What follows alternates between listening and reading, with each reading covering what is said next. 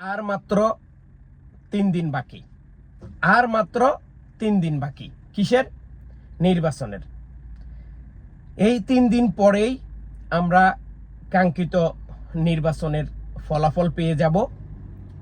ক্ষমতায় কে আসবে আমরা জানি না, তবে আমি বাংলাদেশে থাকা প্রত্যেকটা পরিবার ফ্যামিলিকে একটা কথাই বলবো যে আপনি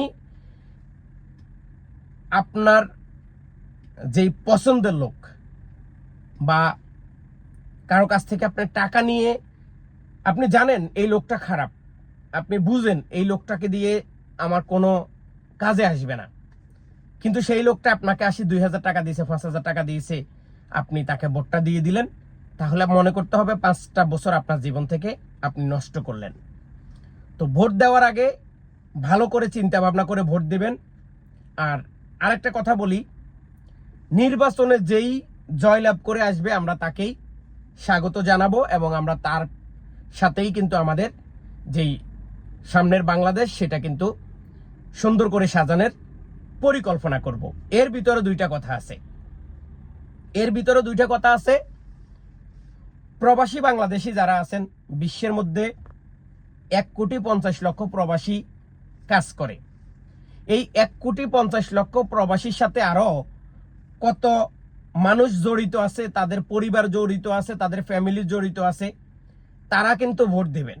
তো তারা ভোট দিবেন, তাদের ভোট দেওয়ার আগে আমি মনে করতাম বা আমি মনে করি তারা ভোট দেওয়ার আগে একটাই কথা বলার দরকার ছিল, বা সরকারের সাথে বা যারা তাদের এলাকার মনোনীত বা যাদেরকে ভোট দিবেন তাদেরকে একটাই কথা বলার দরকার ছিল, বা তাদেরকে এমনভাবে কথাগুলো বলার দরকার ছিল যে আমাদের পরিবারের সদস্য বিদেশ থেকে এত মেহনত করে কষ্ট করে টাকা পাঠায়, অথচ আমাদের জন্য, আমাদের পরিবারের জন্য গেছে সরকার, আওয়ামী লীগ বলেন, বিএনপি বলেন, জাসদ বলেন, বাসদ বলেন, জামাত বলেন, কেউ কিন্তু আমাদের জন্য কিছু করে নাই।